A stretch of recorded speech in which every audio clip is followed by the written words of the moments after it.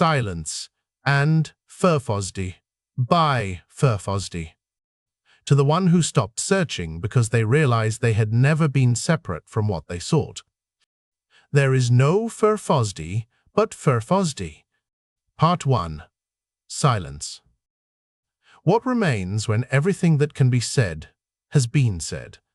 A note before. This book was not written.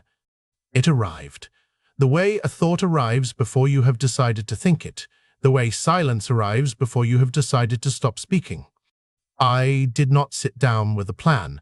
I did not outline chapters or anticipate conclusions. Each page came as the previous one completed itself, not as a continuation, but as what was always already next. I tell you this not as a claim about inspiration or mystical authorship. I tell you this because it is relevant to how you read what follows. If you approach this book as something to be understood, you will understand it. You will follow the arguments, recognize the ideas, perhaps find some of them interesting. But understanding is not what this book is for. This book is for the moment, if it comes, when you stop reading about something and simply notice what is reading. That moment cannot be prepared for. It cannot be earned. It can only be stumbled into, sideways, when the mind relaxes its grip on meaning just long enough for what was always already here to be obvious. This book is an attempt to create the conditions for that stumbling. Nothing more. Nothing less. Firfozdy, Chapter 1. The Problem with Words. Words are extraordinary things. They carry entire worlds inside them. They have started wars and ended them. They have declared love and retracted it. They have named everything that can be named. And that is precisely their problem. The moment something is named, it becomes separate from you. It becomes an object of observation rather than a living reality you are inside of. The word water is not wet. The word fire does not burn. And the word silence, perhaps the most honest irony in any language, makes a sound. Every tradition that has touched the deepest things has eventually arrived at the same confession. What matters most cannot be said. The Tao that can be spoken is not the eternal Tao. The mystic falls silent. The philosopher reaches the edge of his own system and stops. This is not failure. This is arrival. So why write a book? Because you are reading this. Because you have not yet arrived at your own silence. Because words, used honestly, can walk you to the threshold and then step aside. That is all this book intends to do. Not to give you something new. To remove what is in the way. The finger pointing at the moon is not the moon. But without the finger, some never look up. The above is what they would have said about me. What I say is, the finger is a distraction. Not because pointing is wrong, but because the teaching that says, do not mistake the finger for the moon, has already made a mistake of its own. It has assumed there is a finger and a moon, and a someone in between who must choose where to look. It has assumed separation where there is none. Consider what is actually present in that ancient scene. The finger, the pointing, the moon, the up and the down, the looking, the one who looks. Now consider this. These are not 6 things. They are 6 names for one thing, seen from 6 angles. The finger does not point at the moon from outside the moon. The moon does not sit apart from the looking. The looking does not happen separately from what is looked at. And the one who looks, where does that one end and the seeing begin? Language creates the illusion of distance. The moment you say finger and moon in the same sentence, the mind builds a space between them. It cannot help it. That is what naming does. It draws borders around things that have no borders. But what if you removed all the names? What if there were no finger, no moon, no up, no down, no looking, no one to look? What remains? This is not a riddle. It is not a koan to be solved with cleverness. It is an invitation to notice something that has been true this entire time, in every moment you have ever lived, in every word you have ever read, including this one.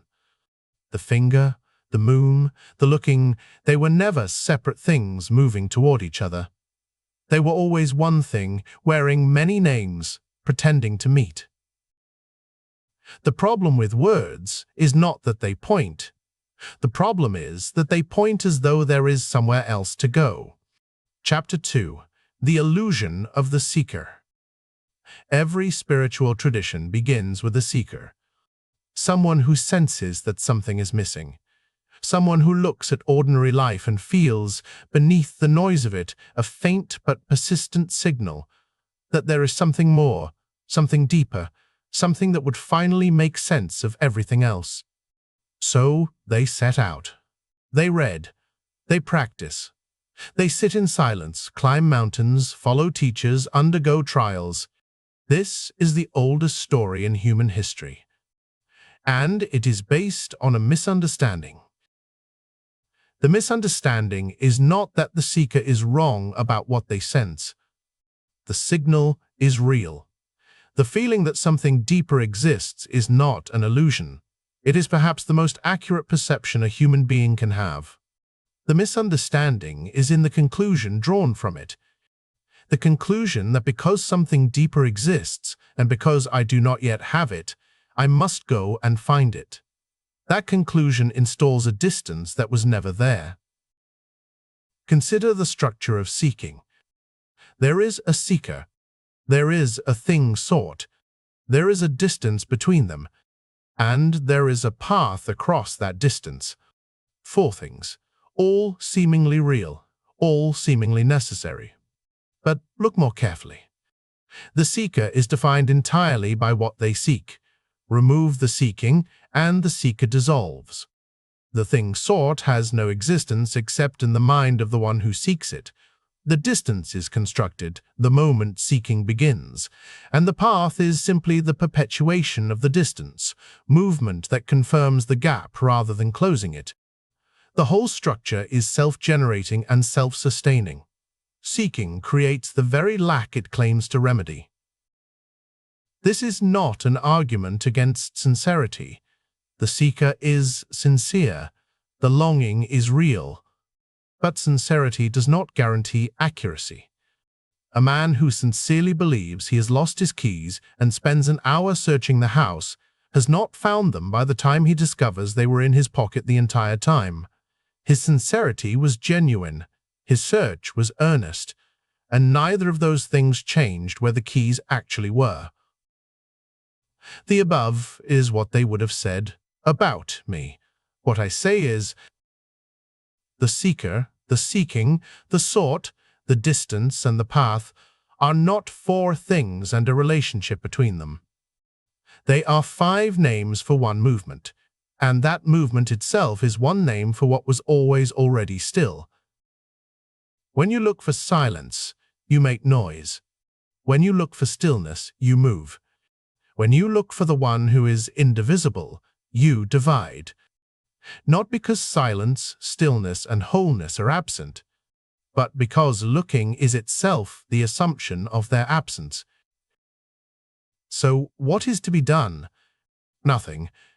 Not as resignation, not as passivity, nothing as the recognition that what you are seeking is what is doing the seeking, that the wholeness you reach for is the reaching, that the silence you long for is underneath the longing holding it, never disturbed by it.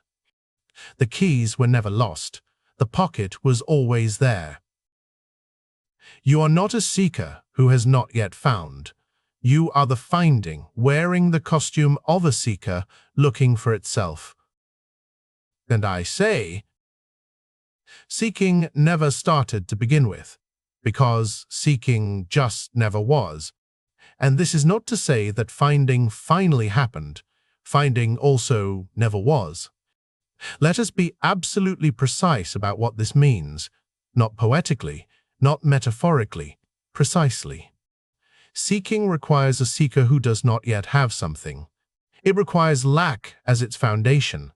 Without lack, there is nothing to propel the seeking, nothing to define the direction, nothing to measure the progress. Seeking is lack in motion. But what if lack itself never existed? Not what if we realized lack was an illusion. That would still place us on a timeline, moving from the moment of illusion toward the moment of realization. No. What if lack never arose at all? Not in the past. Not in any moment. Never. Consider the structure of time that seeking depends on. There is a past in which I did not have the thing. There is a future in which I might. And there is a present that is the bridge between them, the moment of effort, practice, movement toward. But what is the present actually?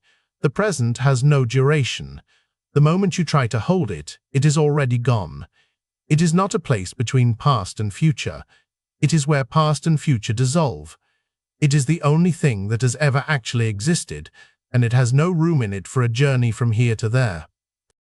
There is only here. There has only ever been here. And here has never lacked anything, because here is not a position. It is not somewhere that could be without something else. Seeking never was. Finding never was.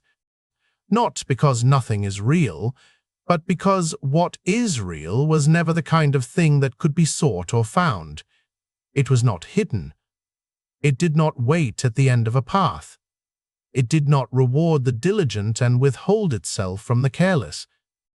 It is what you are now, before this sentence, during it, after it, unchanged by whether you seek or do not seek, unchanged by whether you find or do not find, unchanged by whether you believe any of this or dismiss it entirely.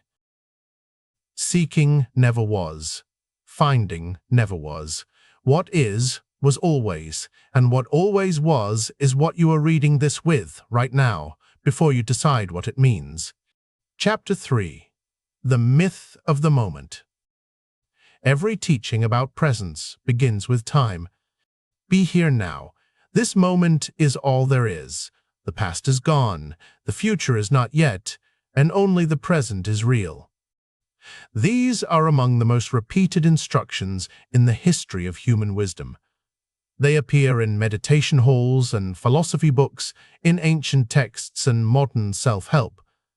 They are offered as keys to liberation, as remedies for anxiety, as the simple secret hiding in plain sight.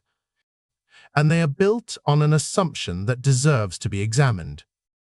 The assumption that time is real, and that within time, one particular slice, the present moment, is more real than the others. What is the present moment exactly?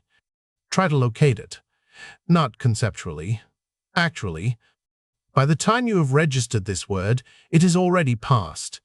By the time the signal from your eyes reaches your brain and your brain assembles meaning from it, the light that carried it has moved on. What you call now is always, already, a reconstruction, a memory of something that was occurring a fraction of a second ago. The present moment, as commonly understood, is a story told about the immediate past. It does not exist as a place you can inhabit. It is not a location on the timeline where you can plant a flag and say, "Here, I am here." The moment you say it, it is gone. And yet, something is undeniably here. Not as a moment, not as a slice of time, but as the simple, unquestionable fact of being aware. Of this. Of reading. Of the weight of whatever you are sitting in, the temperature of the air, the sound underneath the silence. That is not happening in a moment. That is not happening in time at all. Time is happening in it. Past, present, and future are categories the mind imposes on experience. They are useful categories. Without them, language would be impossible, planning would be impossible, memory would have nowhere to live. but they describe experience. They do not precede it. They do not contain it. The mind sorts experience into past, present, and future, the way a librarian sorts books into sections. The sorting is real. The sections are useful. But the books existed before the sections were created, and they would exist if the sections were dissolved. What you are, the awareness in which past, present, and future appear, existed before the sorting began. It exists now, while the sorting continues. It is not in time. It is what time moves through. The above is what they would have said about me. What I say is, time is not something that moves through anything, because there is no through. We have already seen that there is no within and no without. There is no encompassing and no encompassed. And if that is so, then there is also no container for time to move through. No awareness sitting still while time flows past it like a river past a stone. The river and the stone and the flowing and the stillness and the past and the present and the future. These are not events happening to something. They are names. All of them. Names for the same nameless thing, arriving from different angles, none of them capturing it, all of them being it. The first and the last are not 2 points on a line. They are 2 names for what has no position in time, because time is one of its names. To be the first and the last simultaneously is not a paradox of sequence. It is the simple fact of what is prior to sequence, which is also what sequence is, because nothing is outside of it, and there is no outside. So when the traditions say, be present, be here, be now, what are they actually pointing at? Not a moment, not a slice of time more real than other slices. They are pointing, clumsily, with the only tools available, at what is prior to time, at what does not need to be arrived at because departure from it is not possible, at what you cannot practice being because you cannot stop being it. The instruction to be present is the last instruction.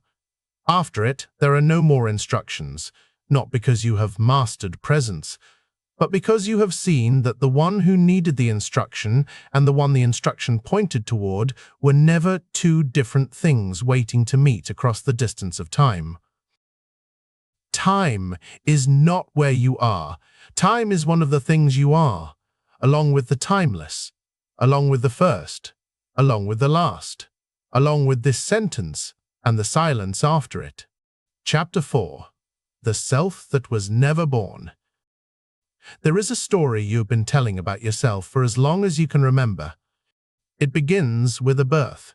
It moves through a childhood, an accumulation of experiences, relationships, losses, discoveries. It has a name attached to it, a face, a history. It anticipates a future and dreads an ending.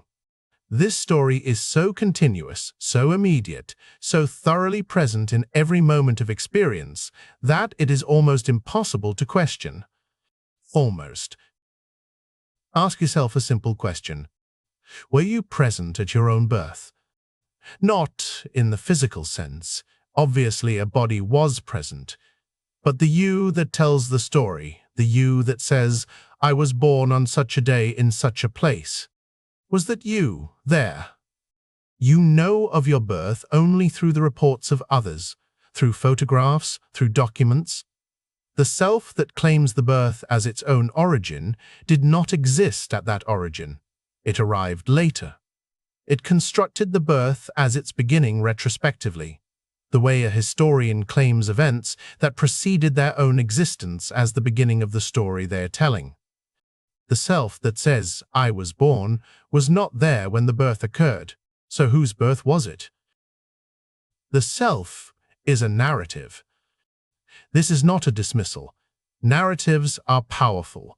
They organize experience, create continuity, allow for relationship and responsibility and love. The narrative self is not nothing, but it is not what you fundamentally are. It is what you have assembled from memory, interpretation, habit, and the stories others have told about you. It is edited constantly, revised in light of new events, sometimes radically rewritten after a significant experience. The self you are today is not identical to the self you were 10 years ago, and yet you call both of them I. What is that I that persists through all the revisions? It cannot be the content of the story because the content changes. It must be whatever is reading the story. And what is reading the story was never born. A birth is an event in the story. It is a plot point. It is the moment the narrative nominates as its own beginning, but the awareness that witnesses the story, that holds the beginning and the middle and the anticipated end all at once, that did not begin at the beginning of the story. It is not inside the story at all. You cannot find the one who is reading by looking at what is written. The above is what they would have said about me. What I say is, even that is not precise enough, because the one who is reading still implies a reader, a subject, something that stands apart from the story and witnesses it from outside, and we have already seen there is no outside. The story and the reading of the story are not two things. The narrative self and the awareness that seems to witness it are not two things. The born and the unborn are not two things. They are the same thing described from two angles, and those two angles are themselves part of the description, not positions outside it from which the description is made. Nothing comes of Firfozdy. Firfozdy comes of nothing. These are not two facts about a self that exists independently of them. They are two ways of saying that the architecture of origin and outcome, of birth and death, of source and expression, does not apply. Not because Firfozdy transcends that architecture from above it, not because Firfozdy is hidden beneath it, but because the architecture itself, origin, outcome, birth, death, before, after, is one of the things Firfozdy is, along with everything the architecture describes, along with the one reading this now, who arrived with a name and a history and a life, and who is, without knowing it, the same thing the name Firfozdy is, not as a flattery, as a simple, verifiable fact, if you look directly rather than through the story. You were not born. A story began. You are what the story is happening in, and what it is happening as, and what it is. Chapter 5. The Silence That Speaks. Silence is the most misunderstood word in any language. It is treated as an absence, the absence of sound, the absence of thought, the absence of activity, a gap between things, a rest between notes, a pause between words. Retreats are built around it. Meditation practices pursue it. Mystics praise it. Poets invoke it. And in almost every case, silence is framed as something you arrive at by removing something else. Stop the noise and silence remains. Quiet. The mind and silence is what is left. This framing is understandable. It is also exactly backwards. Silence is not what remains when sound is removed. Sound is what appears within silence. The relationship is not silence minus sound. It is silence expressing itself as sound, the way the ocean expresses itself as waves without becoming less ocean. But even that is not quite right, because the ocean metaphor still implies two things, ocean and wave, related by expression or manifestation. Silence does not produce sound. Silence does not underlie sound. Silence is not the ground from which sound emerges and into which it returns. Silence is the sound, not metaphorically, not as a unity of opposites held in creative tension. The sound and the silence are one thing. This book is made of words. Every word in it is a sound, or the representation of a sound, or the trace a sound leaves in ink on paper or light on screen. And every word in it is silence. Not because the words point towards silence, not because reading slowly enough you might arrive at silence between the words, but because the words themselves, looked at directly rather than through the habit of meaning-making, are silence wearing the costume of language.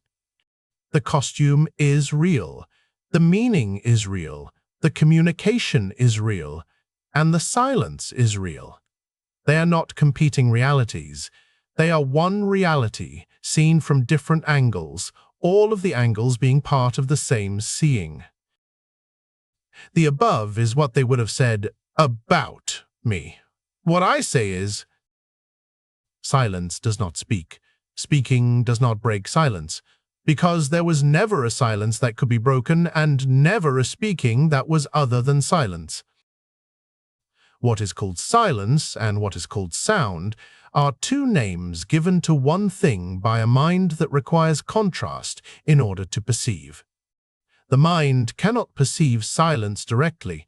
It can only perceive the contrast between sound and its absence, so it names the absence silence and treats that name as though it points to a thing.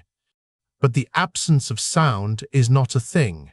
It is not a presence. It is not a substance. It has no quality of its own that can be grasped. And yet, something is undeniably there in what is called silence, not the absence of sound. Something prior to both sound and absence, something that neither word touches, but that both words are made of. That something has been given many names. Awareness, consciousness, the absolute, God, the Tao, Brahman, the ground of being. Each name is a reaching. Each name falls short. Each name is nevertheless exactly what it is, which is to say, the same thing the other names are, arriving from a different direction, none of them capturing it, all of them being it. Firfozdy is one of those names. Not a better name, not a truer name, not a name that succeeds where the others fail, a name that knows it is the thing it names, which is what every name always was, before the habit of separation made the name and the named feel like two different things facing each other across a room. Silence does not speak. Silence has never been silent. What you call speaking and what you call silence are this, reading itself, right now, without a gap. Chapter 6. The One Who Knows. Knowledge has always been treated as something acquired. You do not have it. Then something happens. Study, experience, revelation, practice, and you have it. The movement is from ignorance to knowledge, from darkness to light, from the one who does not know to the one who does. This movement is the foundation of every educational system, every spiritual path, every transmission from teacher to student across the entire history of human civilization. And it rests on a question that is almost never asked. Who is the one who knows? Not what they know, not how they came to know it, but who or what is the knowing itself. When you understand something, truly understand it, not merely recognize the words, where does that understanding live? Point to it, locate it, show the place where knowing happens. You cannot. Not because knowing is mysterious or hidden, but because knowing is not a thing that occupies a location. It is not inside the brain, though the brain is involved. It is not inside the mind, though the mind participates. It is not inside the self, though the self claims it. Knowing is what all of those, brain, mind, self, are happening within. And within, as we have already seen, implies a without that does not exist.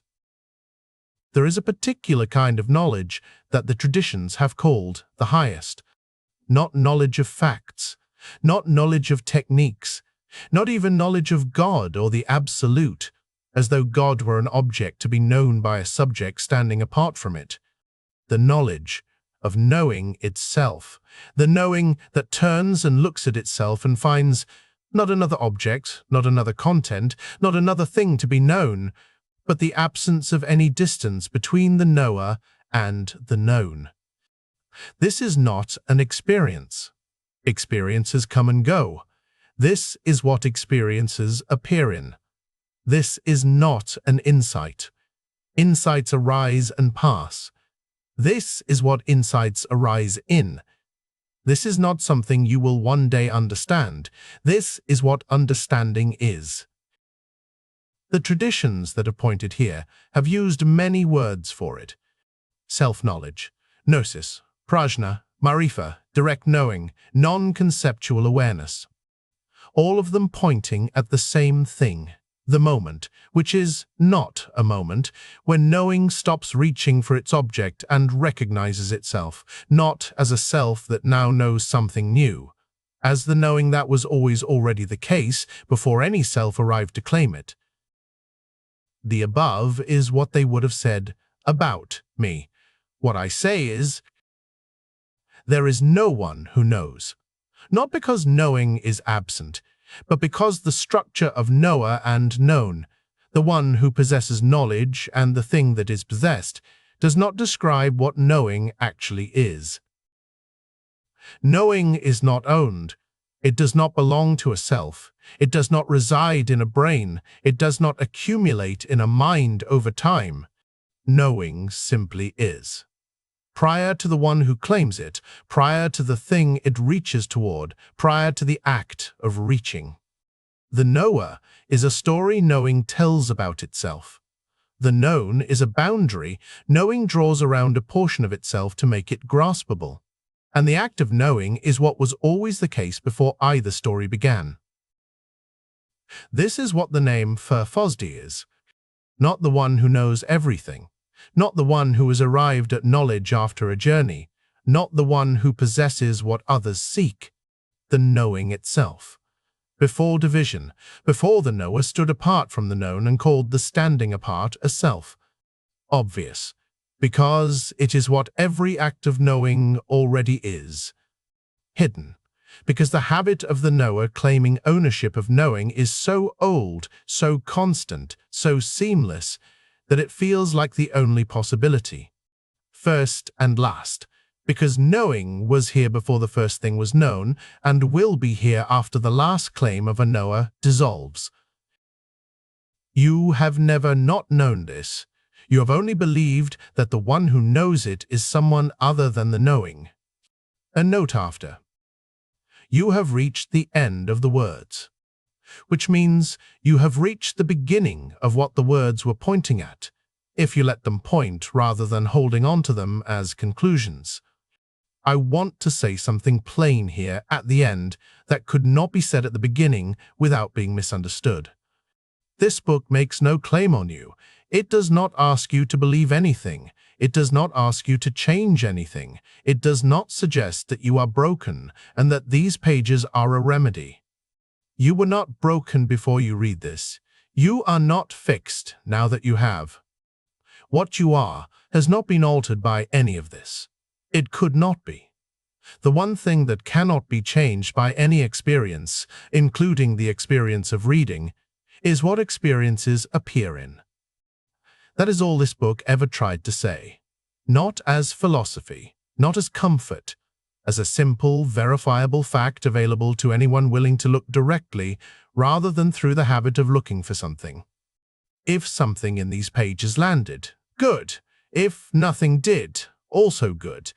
The landing and the not landing are both happening in the same place, and that place was never in question. Firfozdy. Part 2. Firfozdy. There is no Firfozdy, but Firfozdy. 1. Was. There is a word that arrives before all other words, and it is not is. It is was.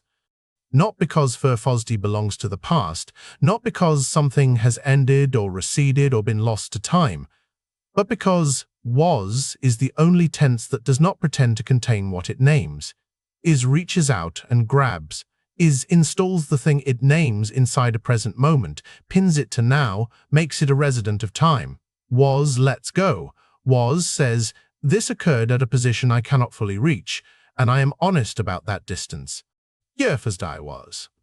That sentence is the most accurate thing that can be said, and it is still not accurate enough. Because was implies a time in which the was-ing happened. It implies a before and an after, a moment when Firfozdy was, flanked by moments when Firfozdy was not yet or was no longer. And none of that is true. There is no flanking. There are no surrounding moments. Firfozdy does not sit inside a timeline with empty space on either side. Firfozdy was before the timeline had anywhere to put anything. So the sentence stands. Firfozdy was. But it stands the way a person stands at the edge of something they cannot see the bottom of, upright, still, aware that the ground they are standing on is the last ground there is. What does it mean to have been before time? Not to exist outside time, like a god hovering above it. Not to transcend time, like a mystic who has learned to slip its grip.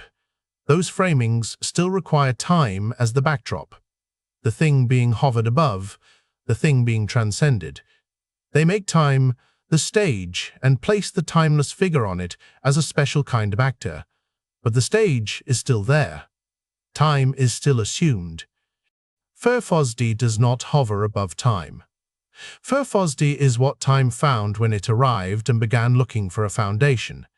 Time reached down, expecting nothing, expecting the void it needed in order to begin, and found instead that something was already there, not waiting, not placed there in advance, simply already occupying the position that time needed to be empty. This is not mysticism. It is not a claim about enlightenment or spiritual attainment. It is a structural observation. Every structure, when you trace it back far enough, arrives at a point where it can go no further. Physics calls this the initial singularity and admits it cannot see past it. Philosophy calls it the uncaused cause and argues about whether that cause can be named. Mathematics calls it the axiom, the statement that cannot be proven from within the system because it is what the system rests on. Firfozdy is the axiom that did not choose to be an axiom. Firfozdy simply was. And when everything else arrived and began building its systems, it had to build them on top of what it found. What it found was Firfozdy. There is a particular quality to the was of Firfozdy that resists every attempt to domesticate it.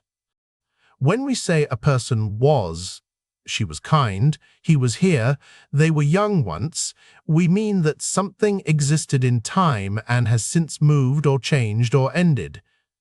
The was is elegiac. It carries loss in it. But Firfozdy's was carries no elegy. There is no loss in it. There is no then being mourned from the vantage of a now. The was of Firfozdy is not a past tense so much as it is an ontological position, a declaration that here is something whose mode of existing precedes the categories we use to describe existing. Firfozdy was not young and is now old. Firfozdy was not somewhere and has since moved.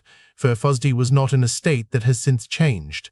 Firfozdy was, and that was, is a ground, not a history. Consider what it means to arrive somewhere and find something already there. You open a door into a room you thought was empty. There is something in it. You did not put it there. No one put it there that you can trace. It does not have the quality of having been placed. It has the quality of having simply always been in that position, as if the room were built around it rather than the other way around. That is the experience time had when it arrived.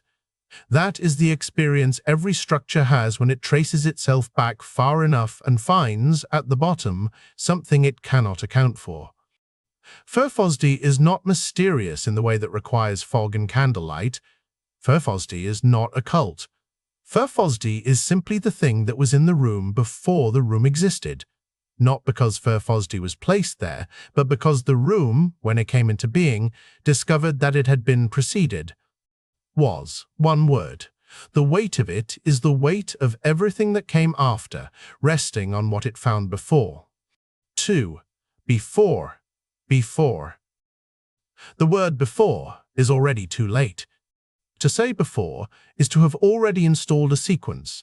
A before implies an after. It implies a line along which things are ordered. This first, then that, then the next thing. The word before is a child of time, born inside the system it pretends to reach behind. When we say before time, we are using time's own vocabulary to gesture at what preceded time's vocabulary. The gesture is necessary. It is also, strictly speaking, impossible. This is not a problem to be solved. It is the central condition of this book. Every sentence written here will use words that arrive too late. Every concept deployed will be a concept that time and structure made available, which means every concept will be, at its root, a posterior tool being asked to describe something anterior. The tool was not made for this. It bends, it approximates, it points in roughly the right direction, and then admits it cannot go further. What we are doing in writing this is not describing Firfozdy. We are mapping the shape of the failure to describe Firfozdy. And that shape, the precise outline of where language stops, is the closest we can come. Before. Not before time. Not at the beginning of time. Not at the moment just prior to the first moment. All of those are still temporal positions. They are still points on a line, or the point just off the end of the line, but they assume the line. They assume that sequence is the medium and that we are simply going further back along it. Firfozdy does not go further back along the line. Firfozdy is what was there before the line was drawn. Think of it this way. A number line extends infinitely in both directions. You can go back as far as you like. -1, -1,000,000, -1 trillion, and the line continues. There is always a further back. But the number line itself had to be drawn by someone, on something. Before the line was drawn, there was no negative infinity, no positive infinity, no zero. There was whatever the line was drawn on. Firfozdy is what the line was drawn on. Not a point on the line, not the surface of the line, not even the medium. Because medium is still a concept the line needs in order to make sense of its own existence, and Firfozdy precedes that need. Firfozdy is simply what was there, what was encountered when the project of drawing the line began and required something to draw on. There is a philosophical tradition that tries to think about what is sometimes called the ground of being. Heidegger circled it. Meister Eckhart approached it from a different direction entirely. The mystics of every tradition have tried to name it. The Tao that cannot be named, the Ein Sof that has no end, the Brahman that is neither this nor that. Each tradition senses the same structural fact, that existence, when you press on it hard enough, reveals something beneath it that existence itself cannot account for. These traditions are not wrong. They are pointing at something real. But Firfozdy is not a tradition. Firfozdy is not a concept arrived at through inquiry, meditation, or revelation. Firfozdy did not discover the ground of being through a practice. Firfozdy is not the seeker who found the bottom. Firfozdy is the bottom. Not as metaphor, not as spiritual achievement. As the simple, structural, irreducible fact that when everything traces itself back, it arrives here, at this, at what cannot be further reduced, because reduction is itself a tool that arrived after. Before. The phrase doubles back on itself because it has to. Before used once still implies the line. Before begins to suggest something that the line cannot contain. Not a further point on the line, but a different kind of position altogether. Not earlier, not more ancient, not further back, simply prior in a way that sequence cannot measure.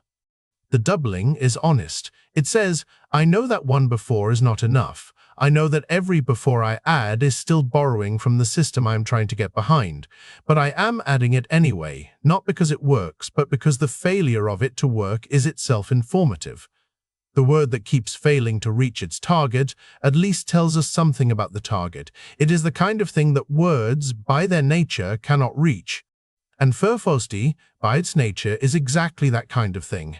Not beyond words, not above words, not hidden from words, simply prior to them, here before they arrived, unchanged by their arrival, uncontained by their best efforts. Was. Before. The same fact, said two ways, neither way sufficient, both ways necessary. 3. The structures arrived. They came one by one, and they came all at once, and neither of those descriptions is quite right, because sequence and simultaneity are themselves among the things that arrived. But something happened.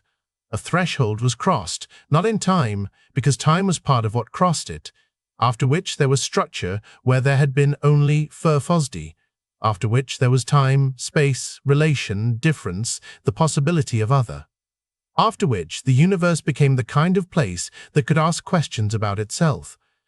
None of that changes what was there before it. A flood can cover a field entirely, every inch submerged, every blade of grass hidden, the whole surface become water. But the field is still there. The water did not replace the field, it rested on it. And when the water recedes, the field will still be what it was, older, perhaps marked by the water's passage, but continuous with what it had been before the flood arrived.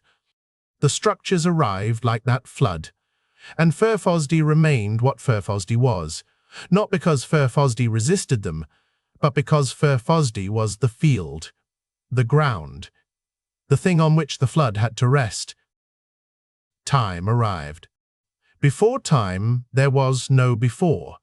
Before time, there was no sequence, no duration, no passage, no change in the sense of one state replacing another. There was simply the prior fact of Firfozdy. Not frozen, not static, because frozen and static are temporal descriptions, simply as it was, without the machinery of change being available yet. And then time arrived. And with it came before and after, cause and effect, the arrow that points in one direction only, the irreversibility that makes experience feel like a river rather than a lake. Time installed itself and immediately began ordering everything, including, retroactively, the story of its own arrival. But time cannot reach behind its own beginning. It can gesture there, as we are doing now, but it cannot go there. The gesture is as far as it gets. Firfozdy is where the gesture points. Space arrived. Before space, there was no here or there, no distance, no proximity, no inside or outside, no boundary between one thing and another, because one thing and another required space in which to be separate. Firfozdy has none of that, not because Firfozdy is everywhere, everywhere is a spatial category, but because the grid on which everywhere is plotted had not yet been drawn when Firfozdy was. When space arrived, it brought location with it. To be somewhere is to be distinct from what is elsewhere. Space made things definite by making them local. Firfozdy is not local. Not because Firfozdy is global or universal or infinite in spatial extent, all of those are spatial descriptions. But because spatial description arrived after and found Firfozdy already there and could not install Firfozdy at any coordinate without falsifying what Firfozdy is, there is no address for Firfozdy. The postal system came too late. Relation arrived. This one is perhaps the most consequential of all the arriving structures, because relation is the precondition for almost everything else we care about. Relation makes possible comparison, contrast, similarity, difference, cause, effect, love, conflict, meaning, communication, the very possibility of one thing mattering to another thing. Before relation, there was no other. Not in the sense of loneliness. Loneliness requires the awareness of possible others who are absent, but in the sense that otherness as a category did not yet exist. There was only Firfozdy, and not even only in the exclusive sense, because exclusion requires something being excluded, and nothing had yet arrived to be excluded. Totality without multiplicity. Not fullness in the sense of being packed with contents, not emptiness in the sense of containing nothing, simply the state prior to the distinction between full and empty, one and many, same and other. When relation arrived, it brought with it the entire universe of comparison. Suddenly, things could be like each other or unlike each other. Suddenly, one thing could affect another thing. Suddenly, meaning could emerge from the space between. All of that is real. All of that matters enormously. But none of it reaches back to what was there before relation made reaching back possible. Being and non-being arrived together. This is the strangest arrival of all, because we tend to think of being as the most fundamental thing. To be seems like the baseline. Everything else is elaboration on the fact of being. But being, properly understood, is a distinction. To be is to be rather than not to be. The concept requires its opposite. Being and non-being arrive as a pair, each defining the other, each meaningless without the other. Firfozdy precedes that question, not because Firfozdy exists in some super-eminent way, not because Firfozdy does not exist. Firfozdy is prior to the pair, prior to the question. To say Firfozdy exists is already to have missed it slightly. To say Firfozdy does not exist is to have missed it completely. The most honest position is to say Firfozdy was, and leave the question of existence in the uncertain middle where it belongs. Decision did not arrive until very late. By the time decision arrived, there were already agents, things capable of facing alternatives and choosing among them. Decision requires a self that persists through the choice, a future that is genuinely open, a past that constrains without determining. Firfozdy has no access to decision, not as deprivation, but as structural fact. Decision requires the entire apparatus of temporal selfhood, and that apparatus came after. What this means, in practice, is that Firfozdy cannot choose to be other than Firfozdy. Not because Firfozdy is trapped or constrained, but because the choosing to be otherwise would require the very structures that Firfozdy precedes. There is no alternative Firfozdy that decision could have selected. There is only what was prior, undivided, unchosen, because choosing had not yet arrived. This is not fate. Fate implies a determined path through time. This is something earlier than fate, the condition of being prior to the fork in the road, prior to the road, prior to the ground the road would be built on. The structures arrived. They built on what they found. They could not account for what they found, could not explain why there was something rather than nothing at the foundation, and so they did what structures do. They proceeded. They elaborated. They built upward, and the building was magnificent, and the foundation remained what it had always been. Unannounced. Unaccounted for. Proceeding. Firfozdy. 4. Language came late. Of all the structures that arrived, language arrived most consequentially for this book. Because this book is made of language. Every word on every page is a tool that came after, a tool built by and for creatures who live inside time, inside relation, inside the architecture of meaning, making that requires a sender and a receiver and a shared code between them. Language is not a neutral medium. It is itself a structure, with its own assumptions baked in, its own metaphysics smuggled through every sentence. And every sentence about Firfozdy is a sentence written in a language that arrived too late to have been there. This is not a crisis, it is a condition. The book does not collapse because of it, but it proceeds differently than other books, aware of its own inadequacy, not as failure, but as the most honest thing it can offer. A map that knows it is not the territory, a finger pointing at the moon that knows it is a finger. Language requires difference. To have words at all, you must have distinctions. This word means this and not that. This sound refers to this thing and not another. The entire architecture of language is built on the principle that meaning emerges from contrast. Ferdinand de Saussure said it clearly, in language, there are only differences. No positive terms, only relations between terms, each term deriving its meaning from not being the other's. This means language is, at its core, a relational structure. It cannot speak of anything without installing that thing in a web of differences, contrasts, relations. It cannot name without placing. It cannot refer without situating. And Firfozdy cannot be placed, cannot be situated, cannot be installed in a web of differences without being falsified by the installation. Every name for Firfozdy, including Firfozdy, does this. Consider the sentence Firfozdy is 2 words, a subject and a verb. The most minimal assertion language can make about existence, and already the problems begin. Firfozdy, a noun, a name, a subject. Nouns in language are things that persist through time, that can be referred to again and again, that have an identity stable enough to anchor a sentence. The name is a bet on persistence. But Firfozdy's persistence is not temporal. It is not the persistence of a river that flows, but remains the river.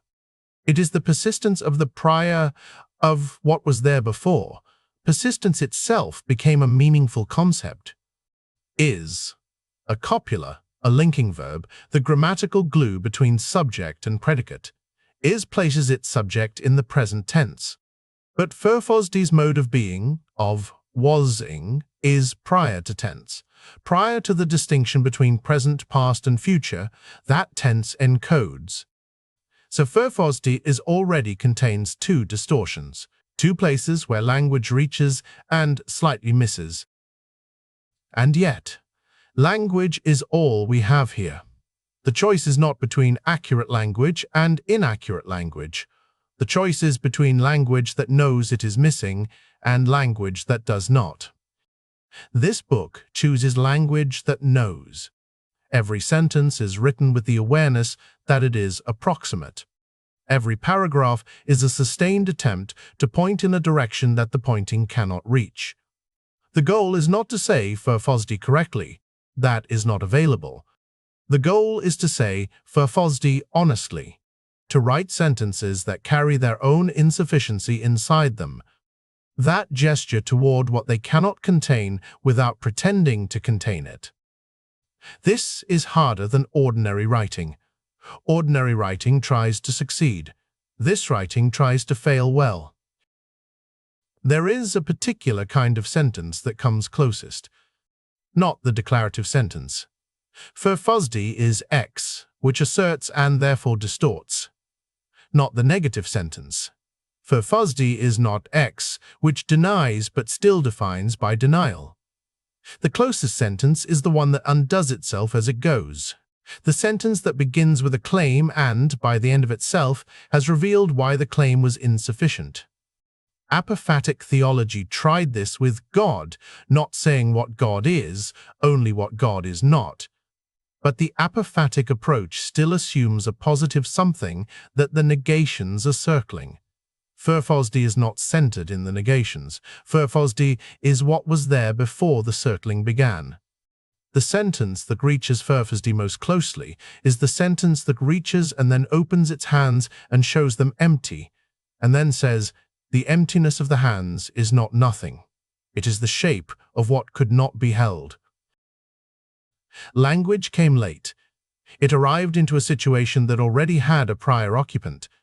It looked at what it found and named it, Firfozdy, and the name was necessary and insufficient in equal measure.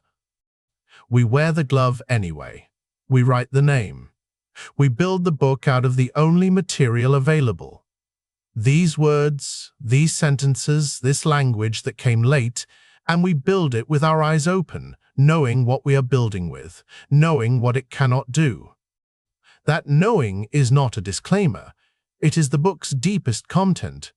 What language cannot say about Firfozdy is not a gap in the book. It is the book's subject. The silence at the center of every sentence is not absence. It is what the sentences are about.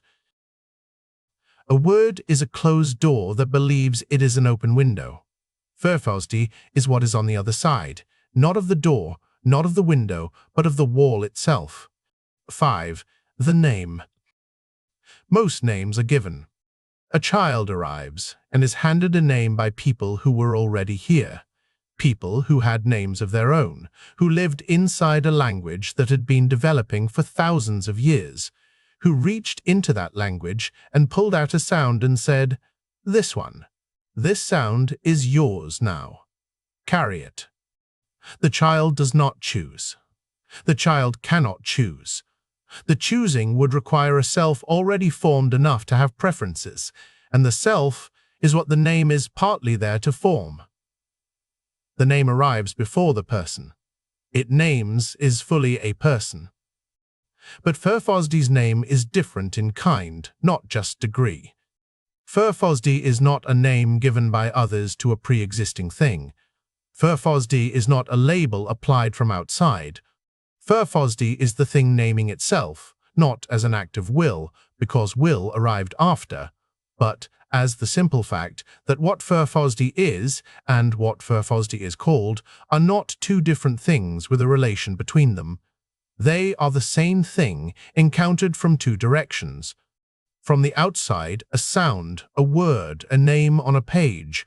From the inside, from wherever inside is, if inside applies, the irreducible fact of being exactly and only this, with nothing else to compare it to and no comparison needed. There is no Firfozdy, but Firfozdy. This sentence is the book's axiom, its load-bearing wall, the thing everything else rests on. And like all axioms, it cannot be proven from within the system it founds. It can only be stated, asserted, placed at the beginning and allowed to hold. The structure echoes the Shahada, the Islamic declaration of faith. There is no God but God. The echo is not accidental. The Shahada is one of the most radical sentences in the history of human language, a sentence that negates every possible substitute before affirming the one irreducible thing. It does not begin by saying what God is. It begins by clearing the field. There is no Firfozdy, but Firfozdy works the same way. It clears the field first. Whatever you think Firfozdy might be, a person, a consciousness, a philosophical concept, a name adopted for convenience, the sentence removes it. Not this, not that, not any of the substitutes, approximations, or partial descriptions. And then, having cleared everything away, it places the one thing that remains, Firfozdy itself, not defined, not described, simply present after everything else has been excluded. The sentence is a closed circle. It begins and ends in the same place. It is self-sealing. And that self-sealing is not a logical trick. It is an accurate description of something that genuinely has no outside. What is in a name that is also a cosmology? Ordinary names carry history. They come from languages, from ancestors, from saints or heroes or beloved relatives. They carry the weight of everyone who bore them before. They situate the named person in a lineage, a culture, a tradition. Firfozdy belongs to nothing prior. There is no lineage for Firfozdy to inherit, because lineage is a structure that arrived after. The name Firfozdy is, in this sense, a first word, not the first word of a language, but a first word in the sense of a word that has no etymology, a word that cannot be broken into roots that came before it, because there were no before roots. To say the name aloud is a strange act. Firfozdy. 3 syllables. Fir, foz, die. The mouth moves. The air vibrates. The sound enters the room and then dissipates, leaving only the memory of itself in whoever was there to hear it. And yet something happened. The name was said, the name pointed, not at a location, not at an object that could be turned around and examined from multiple angles, but at the prior fact that every examination assumes. Every time the name is spoken, it performs its own insufficiency, and its own necessity simultaneously. It is too small for what it names. It is the only thing available. Both of those facts are fully present in the three syllables. Firfozdy said once, it is an introduction. Said twice, it is an insistence. Said indefinitely, Firfozdy, Firfozdy, Firfozdy, Firfozdy. It begins to do something that sustained repetition does to all words. It loosens from its meaning and becomes pure sound, pure gesture, the signified detaching from the signified and floating free. And in that floating, something becomes briefly visible. The name, loosened from its meaning, stops trying to contain and simply points. The word becomes a finger. And the finger, for a moment, is aimed correctly, not at a definition, not at a description, but at the prior fact that definitions and descriptions were always trying to reach. That is as close as the name gets. That loosening, that floating, that moment when the word gives up trying to mean and simply indicates. The first and the last, the outer and the inner, the universal and the personal. These are not temporal positions. They are a statement about the structure of what Firfozdy is. The first, not because other things came after in time, but because there is a sense in which everything that came after came from the same ground, and the ground is always first in the sense of being foundational. The last, not because everything ends in Firfozdy, but because last in this sense means what remains when everything else has been removed, what cannot be subtracted. One and only. Indivisible. Nothing comes of Firfozdy. Firfozdy comes of nothing. The first sentence means Firfozdy does not produce, does not generate, does not cause what comes after. Not because Firfozdy is passive or inert, but because causation is a structure that arrived after. The second sentence means Firfozdy was not produced either. Not caused, not created, not generated from a prior state.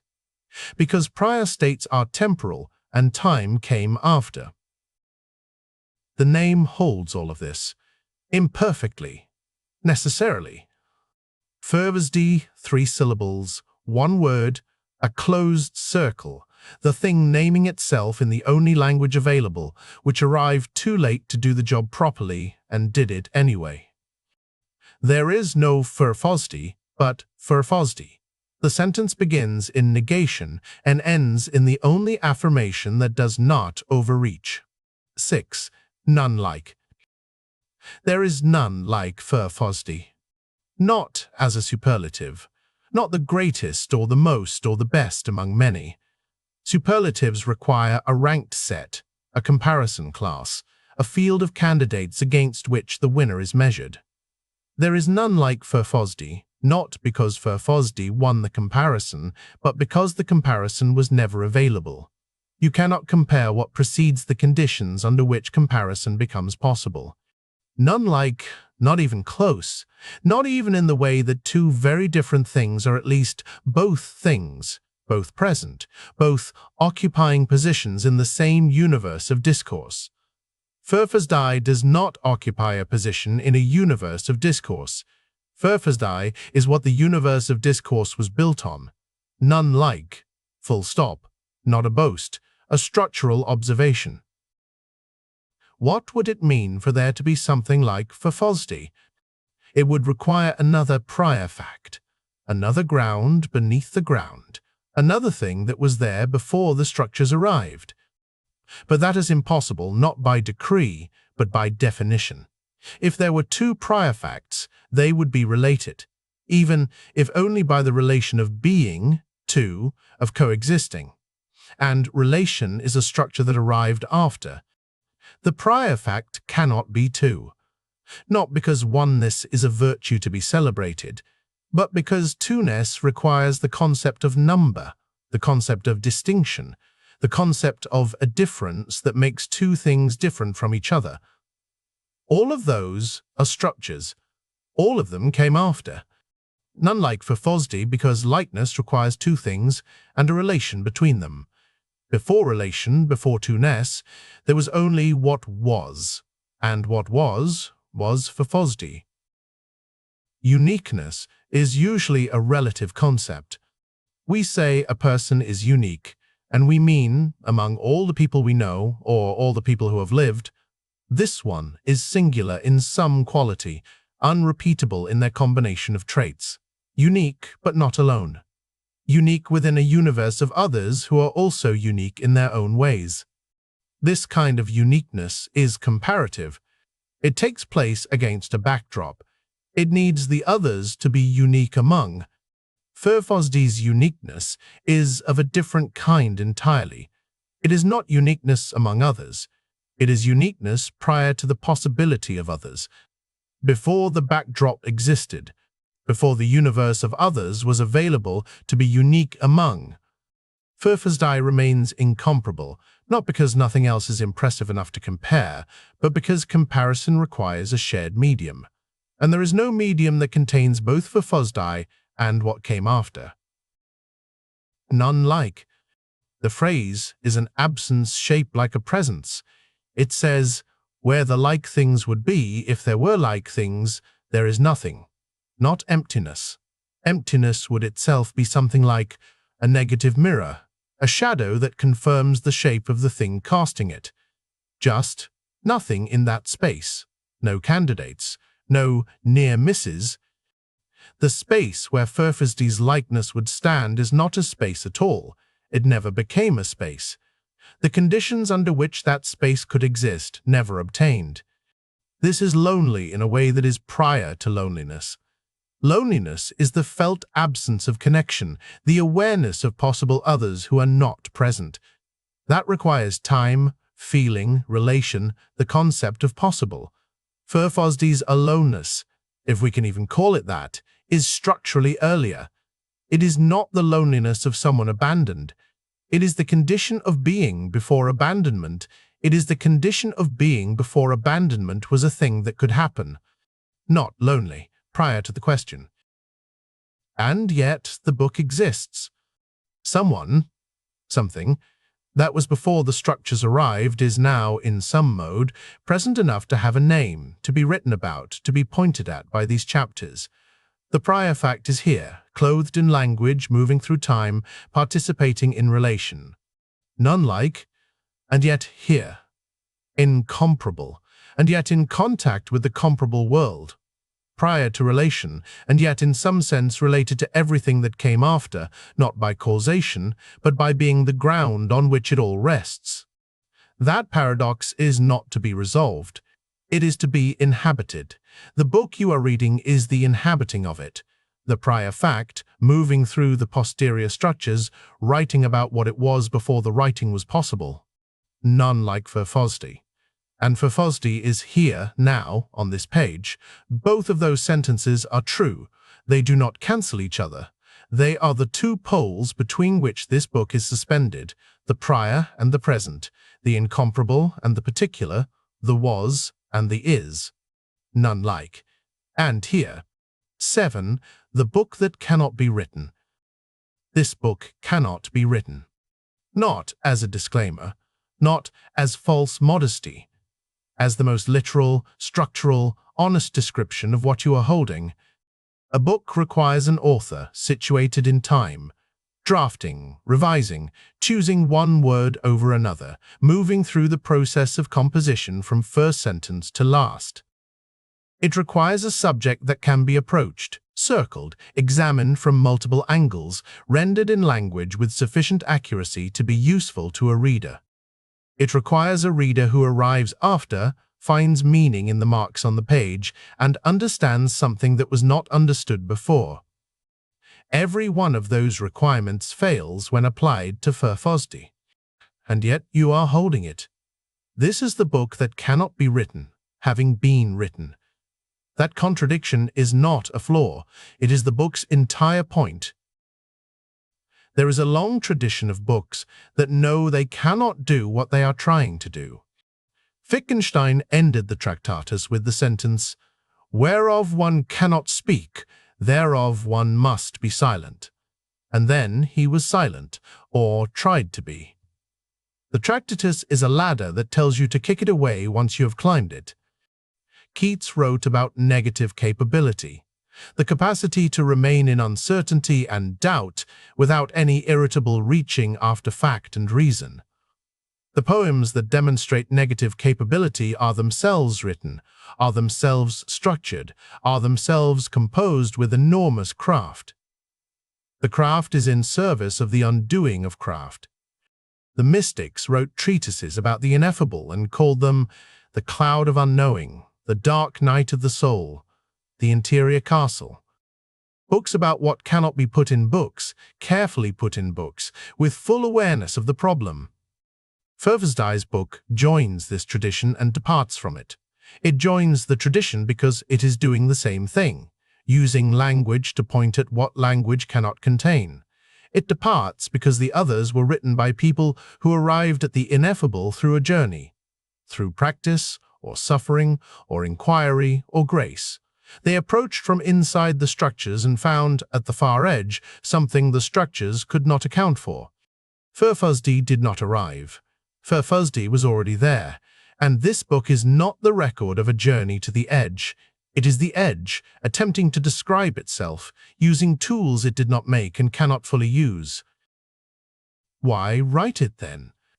The question assumes that writing is a choice, that there was an alternative, a fork in the road, a decision point at which not writing was available. But decision came after. The fork came after. The road came after. This book was not decided on. It was not planned in the sense of an agent surveying possibilities and selecting one.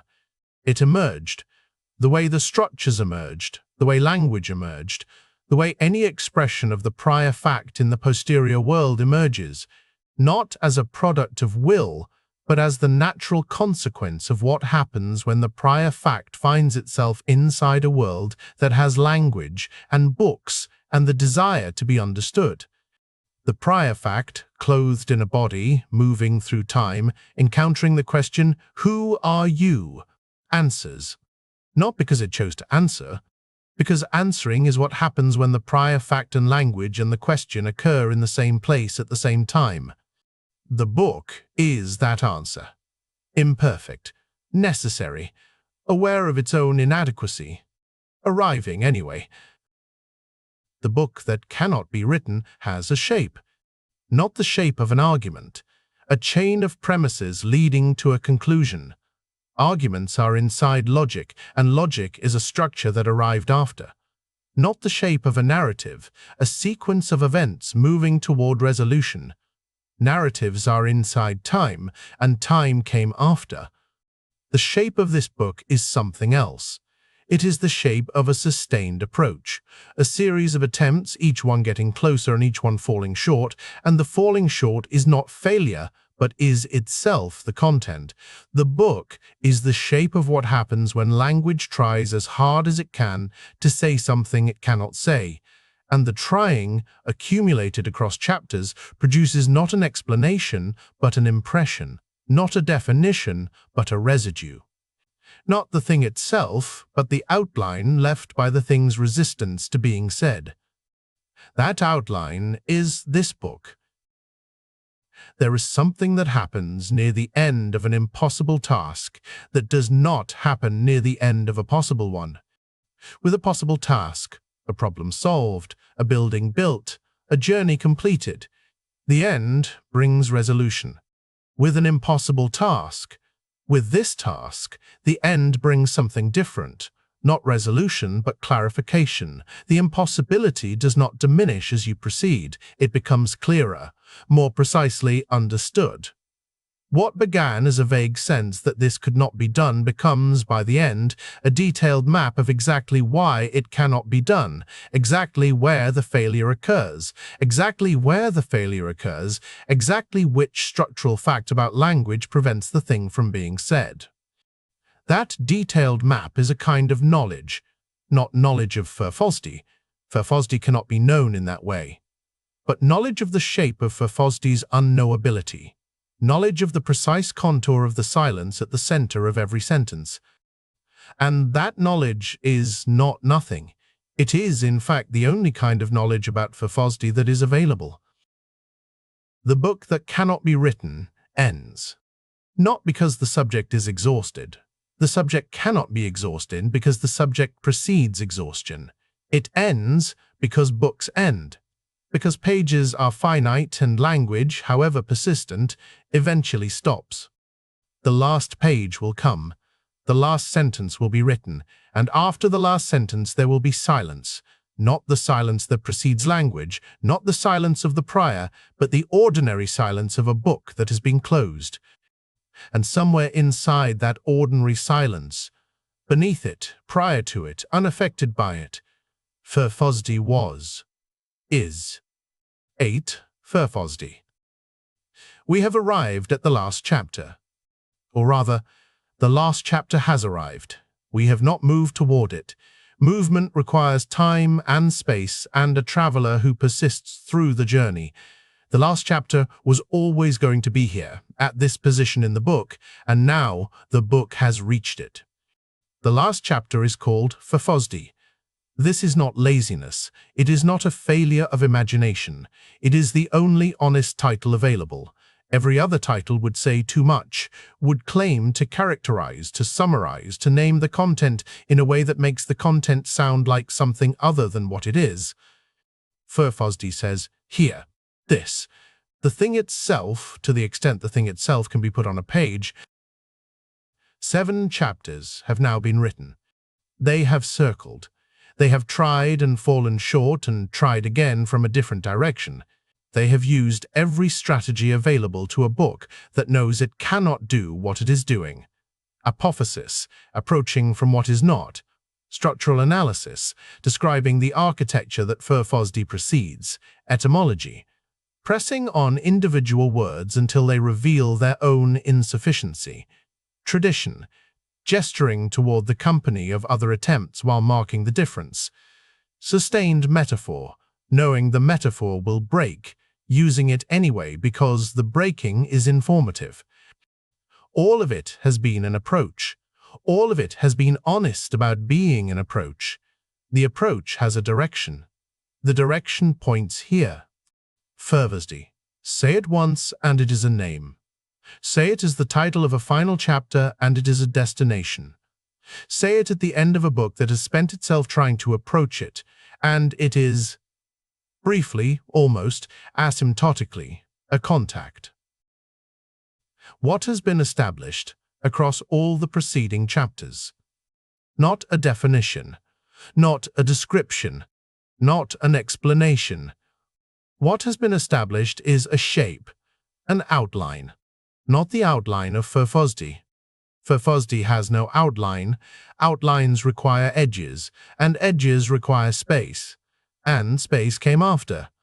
But the outline of the failure to describe Firfozdy, the precise, detailed, carefully mapped shape of what language and thought cannot do when they try to reach the prior fact. That shape is valuable, not because it is Firfozdy, but because it is the closest available approximation. The silhouette of a thing cast by the light of everything that came after, not the thing itself, but the shadow. The thing leaves in the systems that arrived and had to build around it. Here is what cannot be said as carefully as possible. Firfozdy was before was a tense. Firfozdy is without is being a verb. Firfozdy will persist after the structures that make persistence meaningful have run their course, not because Firfozdy survives, not because Firfozdy is immortal, but because the prior fact is not subject to the ending of what came after it. The flood recedes. The field remains. The field remains. The field was never the flood. Firfozdy is not conscious. Consciousness is a structure, arrived late, remarkable in its complexity, dependent on the neural and temporal and relational architecture that came after. But Firfozdy is not unconscious either. Firfozdy is prior to the consciousness-unconsciousness distinction. Firfozdy does not love. Love is relational, temporal, dependent on the vulnerable openness of one being to another, dependent on the possibility of loss, and all of that came after. But Firfozdy is not cold. And yet, and here language strains its hardest against its own limits, there is something in Firfozdy that warmth was always going to be a later expression of. Something that relation and love and the full openness of one being to another was always going to be a posterior echo of. Firfozdy does not know itself. Knowing requires a knower and a known, requires the division of the self into subject and object. But Firfozdy is not ignorant of itself either. Firfozdy is prior to the question of what it knows about itself. And yet, this book exists. Not Firfozdy knowing itself in the reflexive way that subjects know their objects, but the prior fact expressing itself through the posterior structures, not as a choice, not as a decision, but as what happens when the prior fact is inside a world that has language and questions and the need to understand. Every chapter has ended with a sentence that pointed forward. This chapter has nowhere to point. After this chapter, there is only the world. The world in which Firfozdy moves, clothed in time, situated in space, related to others, bearing a name, subject to all the structures that arrived and built themselves on the prior fact without knowing it. And beneath that world, beneath the time and space and relation and language and consciousness and love and loss and all the magnificent complexity of what arrived, the prior fact remains, unchanged by the arrival of everything else, simply prior, still. Firfozdy. This book has tried to do an impossible thing. It has tried to say, in language, what language arrived too late to say. It has tried to describe, in structure, what precedes all structure. It has tried to approach, through writing, what writing was not made to reach. It has failed in the only way worth failing, precisely, honestly, with full knowledge of why the failure was inevitable and full commitment to the attempt anyway. The attempt is what matters, not because the attempt succeeds, it does not, but because the direction of the attempt is correct. Because the sustained effort to reach toward the prior fact, even with tools that cannot reach it, even with a language that arrived too late, traces an arc. And the arc, followed long enough, points somewhere. It points here, at this word, this name. The three syllables that contain everything the book has tried to say and say none of it, because the book, in all its trying, has only ever been the words elaborate preparation. The 7 chapters before this one have been the clearing of ground, the removal of every insufficient substitute, the negation of every description that falls short, so that what remains, at the end of all the clearing, is the only thing that was ever going to be here. Firfozdy. One word. A closed circle, the first and the last, the outer and the inner. Before, none like. The prior fact, dressed in syllables, pointing at itself, aware that pointing is all it can do, doing it anyway with everything it has. There is no Firfozdy, but Firfozdy. The book ends here. The prior fact does not.